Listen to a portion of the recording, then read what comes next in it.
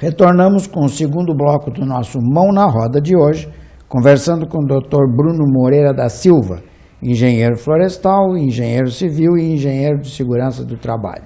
Mas nosso papo de hoje versa sobre a questão da engenharia florestal. Estávamos conversando sobre questões de meio ambiente, porque não podemos dissociar uma coisa da outra. Sim. Não é? Bom, e falávamos sobre os cuidados, no final do nosso primeiro bloco, falávamos sobre os cuidados que devemos ter e alguns...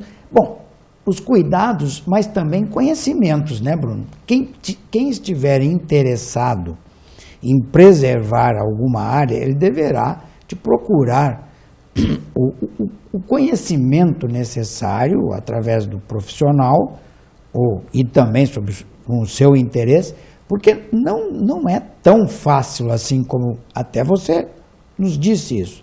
Não é simplesmente lá colocar as mudas e achar que está tudo resolvido. Na realidade, como é um ambiente natural, às vezes fala, joga lá que nasce e cresce sozinho. O ambiente ele tem um poder de recuperação muito grande, só que às vezes a gente tirou tanto daquele ambiente que para ele se restaurar sozinho é complicado. E demorado. Muito demorado. Né? Porque o ideal era, se eu conseguisse isolar uma área, é para aquela área se restabelecer devagarzinho, né? E tudo mais. Só que hoje ela demora, porque a gente já retirou demais daquele ambiente. Então, o ideal é você buscar um profissional, né? Existem vários profissionais que são qualificados a trabalhar nessa parte, né? Buscar esse profissional, buscar o conhecimento. Existem, né, Secretaria de Meio Ambiente, CAT, que pode estar orientando, tem profissionais que também orientam. Então, é interessante. E fazer um planejamento. Sim. Né? Porque uma das coisas, Bruno, que eu acho que nós brasileiros temos é fazermos as coisas assim meio de supetão, como diz o de bate-pronto, né? De bate-pronto, né? Sem um planejamento prévio, procurar saber o que é, inclusive até pela questão custo, não é? Sim.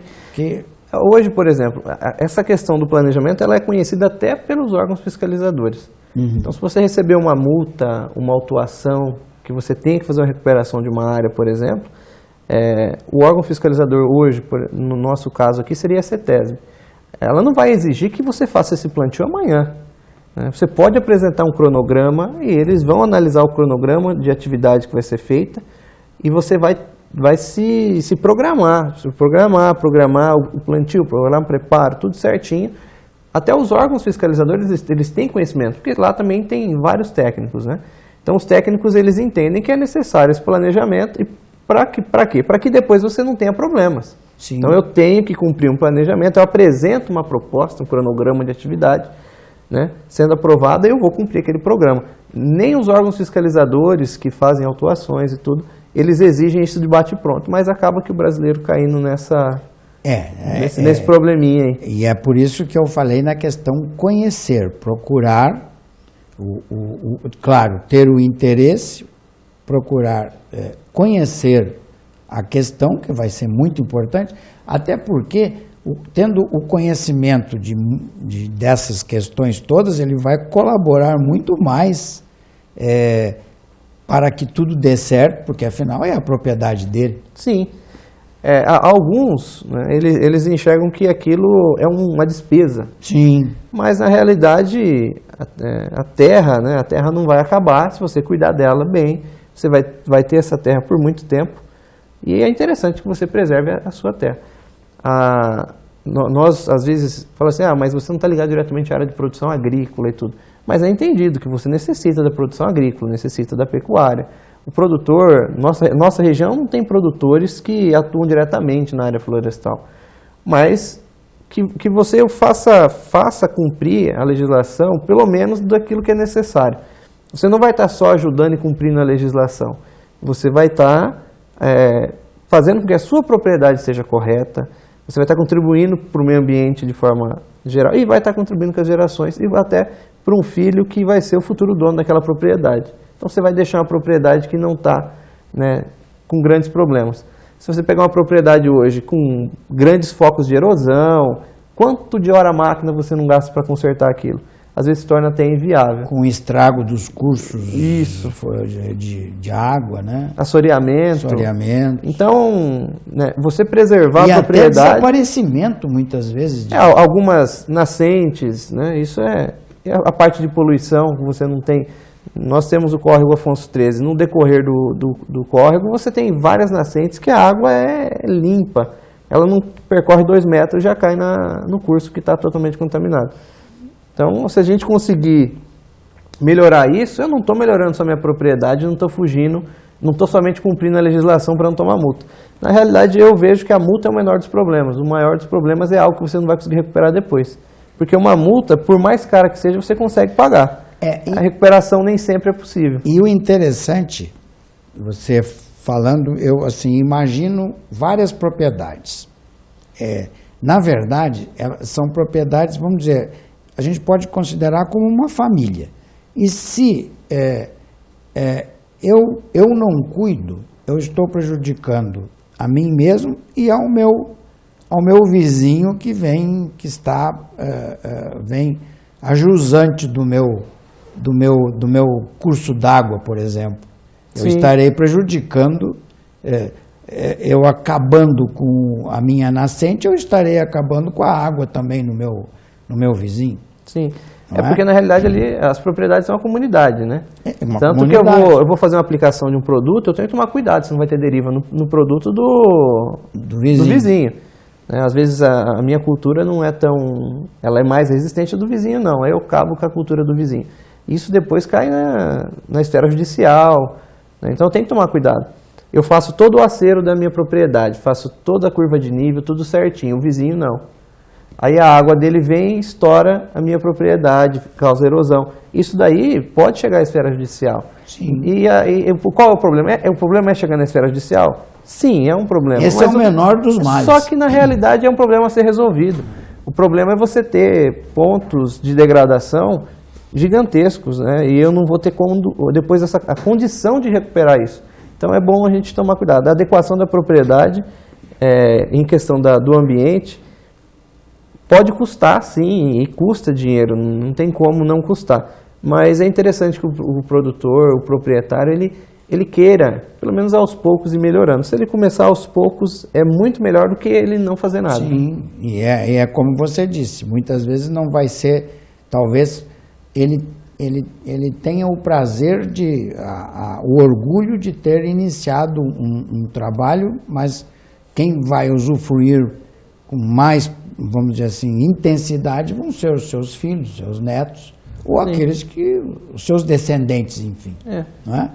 Bom, muita coisa ainda a respeito desse assunto, mas eu gostaria de entrar na questão precípua, assim, desmatamento, reflorestamento e produção. Eu acho que uma coisa deva estar ligada à outra, não sei. Sim. Nós aqui hoje, né, não temos desmatamentos de grandes áreas, porque na realidade nós não temos mais grandes áreas. Já desmatamos. Já acabamos com tudo que tinha. Região Norte, Nordeste, né? Nordeste teve alguma coisa, a vegetação lá é uma vegetação diferente, é outro tipo de vegetação, mas Mato Grosso você ainda tem, né? Pará, para aquela região você ainda tem desmatamentos consideráveis, por mais que tenha diminuído. O desmatamento naquela região normalmente é para produção de gado e produção agrícola. Só que qual é o problema? Nem sempre você desmatar uma floresta, aquela área, aquele solo vai ser bom para você fazer o cultivo de alguma cultura. O solo da Amazônia em algumas regiões, ele é um solo péssimo para você fazer um cultivo. A floresta se mantém pelo ciclo biogeoquímico, ela se mantém. Então, se eu tirar tudo aquilo e jogar uma soja lá, às vezes eu não vou ter um ganho, uma produtividade tão alta. Então, às vezes, posso ter esse problema. A questão do reflorestamento. Temos o reflorestamento comercial, né?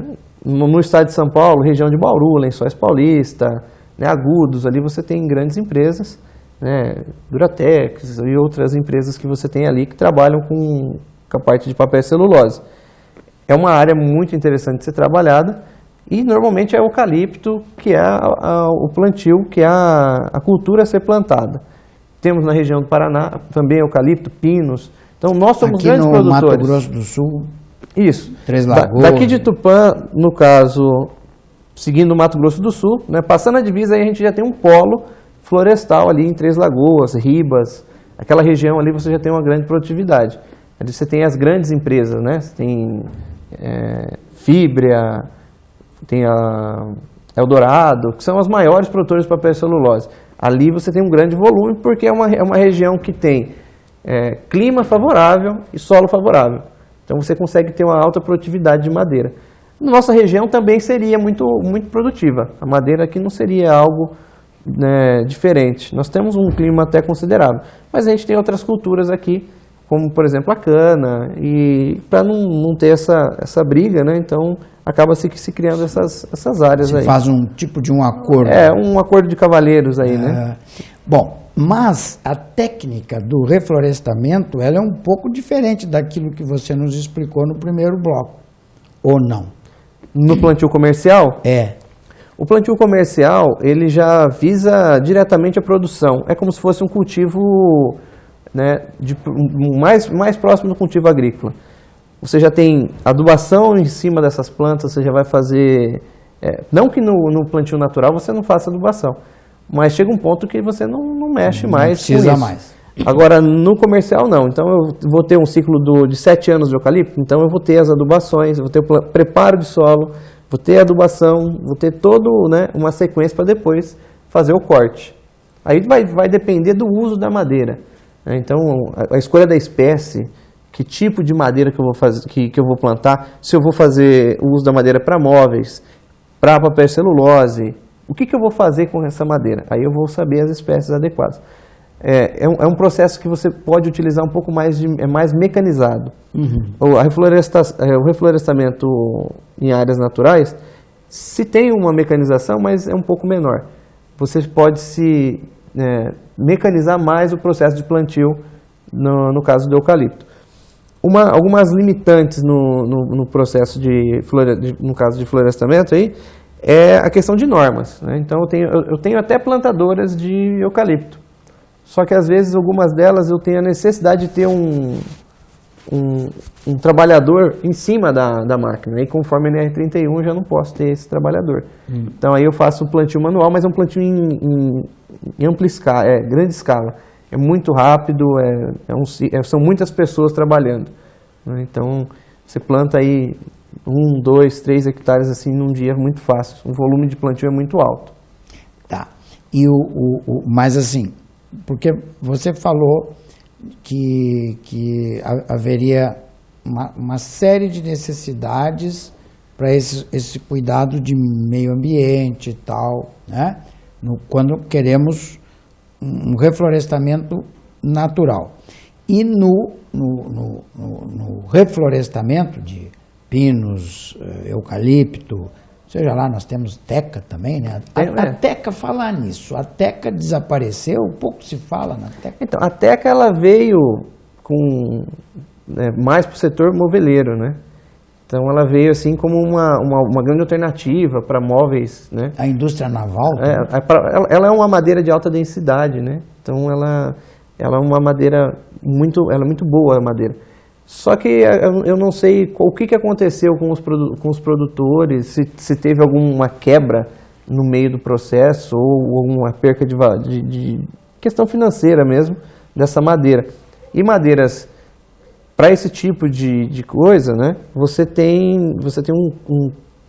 Ela tem um período maior para você cortar, então você tem um período de espera maior, né? Então acontece. A rentabilidade.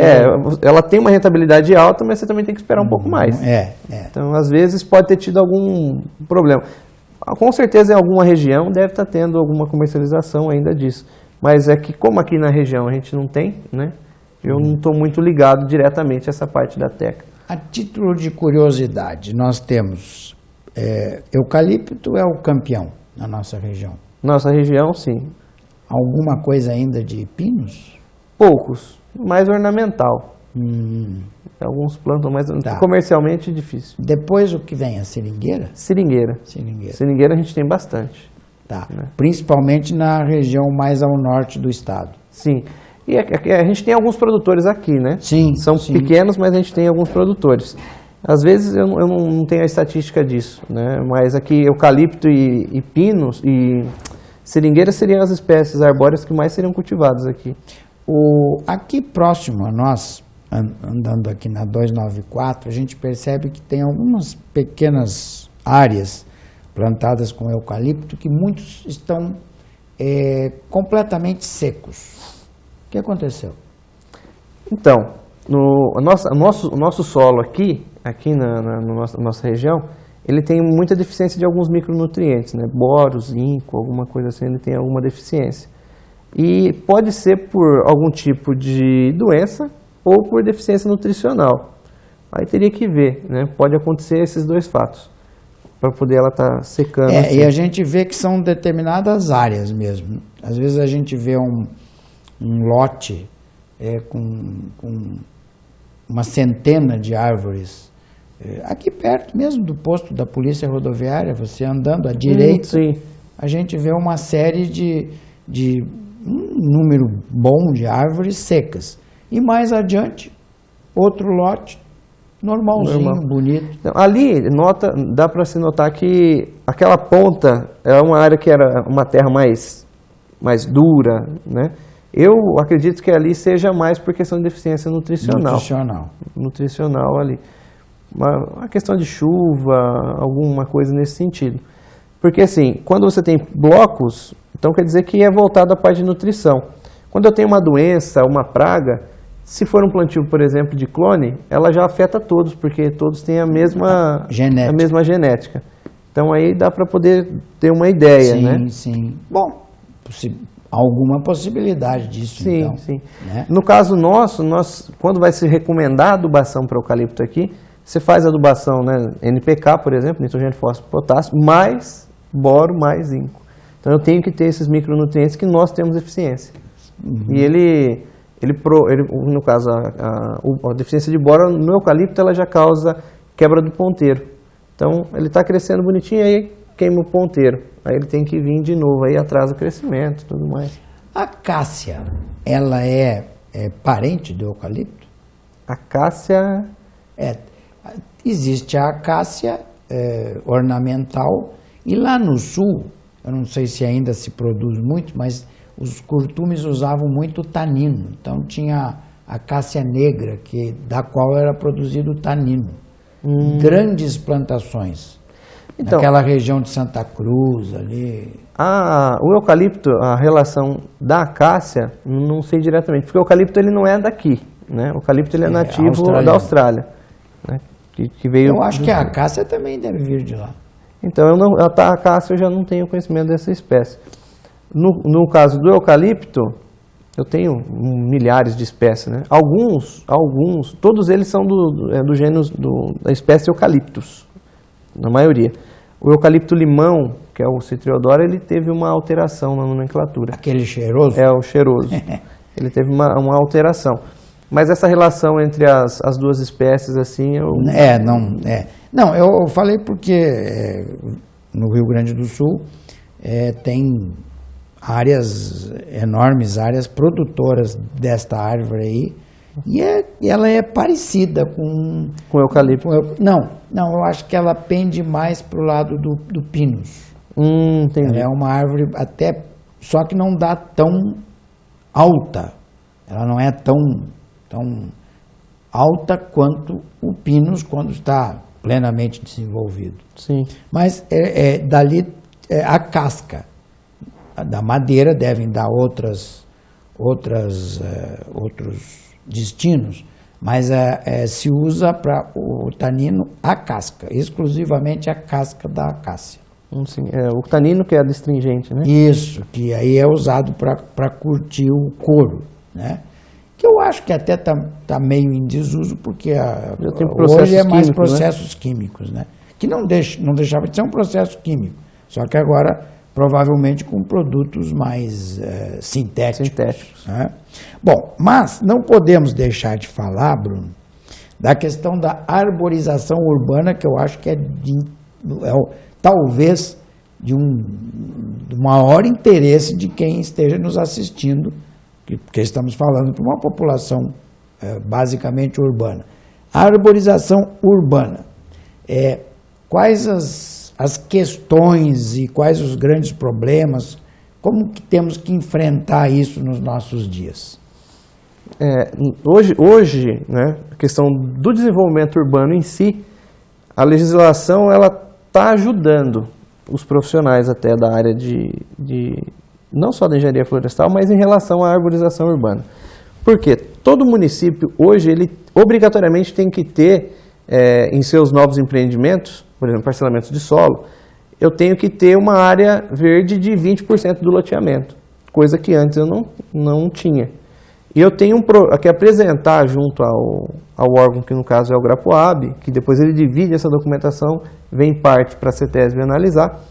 Então eu tenho que enviar o laudo da vegetação daquele ambiente, eu tenho que enviar o projeto de arborização da área verde e eu tenho que enviar também o projeto de arborização dos passeios públicos. Porque em alguns locais a gente vê que a arborização não é adequada à área urbana. Então eu tenho uma praça. Uma praça eu tenho as espécies que eu posso colocar numa praça. É um espaço, uma área ampla. Então eu posso colocar espécies de maior porte. Não há problema de fiação. Não tem nenhum tipo de problema. Agora, aí eu acho uma árvorezinha, uma mudinha bonita. Porque as árvores, qual é o problema? Elas nos enganam. Você acha que ela é uma mudinha bonitinha, só que aquilo cresce. E cresce bastante. A mudinha de eucalipto ela é plantada com um palmo, né? E ela vira uma baita de uma árvore. Então tem que tomar cuidado com isso. Saber as espécies que eu planto do lado do fio, as espécies que eu planto do lado que não tem fio, a quantidade de árvores que eu tenho que plantar. E agora eu tenho essa meta de fazer esse plantio. E a raiz também. Sim, as raízes, porque a gente tem um grande vilão que é o ficus. O ficus é um vilão, né? Ele acaba com tudo. Ela é uma árvore bonita e tem um sistema radicular muito agressivo. Então ele vai destruindo tudo.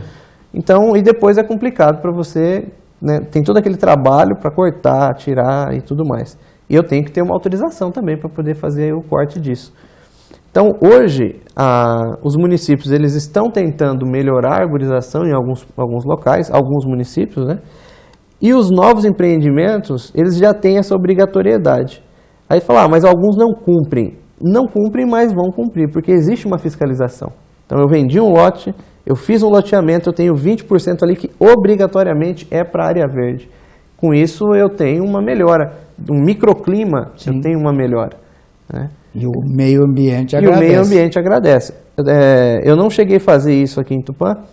Tem um colega, professor imprudente, ele fez, um dia de muito calor, coleta da temperatura de vários locais em Prudente. E as regiões mais arborizadas, elas tinham uma temperatura mais agradável. Então, ela está ligada diretamente a isso. A vegetação, a árvore, eu falo que ela é assim, é algo que você não nota, você só nota quando não tem. Uhum. Se você está andando num ambiente, num local onde tem muito sol, se você tem um monte de árvore na rua, você anda ali na sombra, gostoso, e você não percebe que ela está ali. Agora, se não tem, aí você vai perceber que ela não está ali, que você está no sol. Sim. Então, por isso que é importante. Às vezes, aquela folhinha que a gente tem que varrer em frente de casa, aquele é o menor dos problemas. Tá certo que a dona de casa ela pode reclamar bastante, principalmente dos ipês, né? Que são lindos, mas que também fazem sujeira. Mas, querendo ou não, você tem o prazer de ter aquele ipê. Mas ali, eu né? costumo dizer que folha não é sujeira. Folha não é sujeira. Folha é algo que é próprio do meio ambiente. Folha da árvore. Às vezes fala assim, o passarinho, tudo, mas a gente tem que entender que na realidade quem invadiu o espaço foi a gente. E os coitados estão vindo para as cidades, porque, aliás, é questão para um programa, estão vindo para a cidade porque não estão encontrando o alimento adequado no ambiente natural. No ambiente deles, né? Bruno, Infelizmente, o nosso tempo está esgotado, o nosso produtor já está nos avisando e ele começa a se escabelar. Quando começa a se escabelar, definitivamente é porque O tempo encerrou. o tempo encerrou. Então, infelizmente, nós vamos ter que ir encerrando o nosso Mão na Roda de hoje. Eu vou pedir ao nosso produtor um tempinho a mais, só para se você tem mais alguma coisa a acrescentar que acha importante disso que nós conversamos. Acredito que, para a gente explanar sobre as áreas de atuação e tudo mais, né, a gente teria muito tempo, muito assunto para se discutir. Porque aí depois você começa a cruzar essa área com outras áreas e isso vai longe. Mas basicamente é isso, né? É a atuação direta na área urbana, onde nós temos que ter esse devido cuidado, e na área rural, né, que a gente tem que ter um cuidado também. Mas na realidade, deixar claro que o cuidado que a gente tem que ter na área urbana e na área rural não é simplesmente para o meu benefício, né? É para o benefício muito maior, que é a geração futura. Isso está determinado em lei, né? Então, eu posso ser punido por alguma degradação, por quê? Porque aquele ambiente ele tem que ser preservado, não só para o meu uso, mas para o uso das próximas gerações. Que talvez seja este o grande recado, o grande mote desse trabalho todo. Sim, essa é a grande, esse é o ponto-chave do trabalho, né? Muito bom. Bruno, agradecemos a sua presença, apesar de nós carecermos de mais tempo, são muitos os assuntos. Acredito que nós tenhamos, nesse bate-papo aqui, dado pelo menos uma motivação para o pessoal até procurar conhecer mais sobre a questão. E engenharia florestal é, portanto, uma área importantíssima para a nossa comunidade, vamos dizer assim, não só para sustento, como profissão, mas para a não degradação do meio ambiente. Sim. Mais uma vez, obrigado, Bruno, agradecemos a sua presença, nós esperamos que vocês tenham gostado do programa de hoje e queremos estar com vocês na próxima semana com Mão na Roda, um programa do Rotary para a nossa comunidade. Até lá.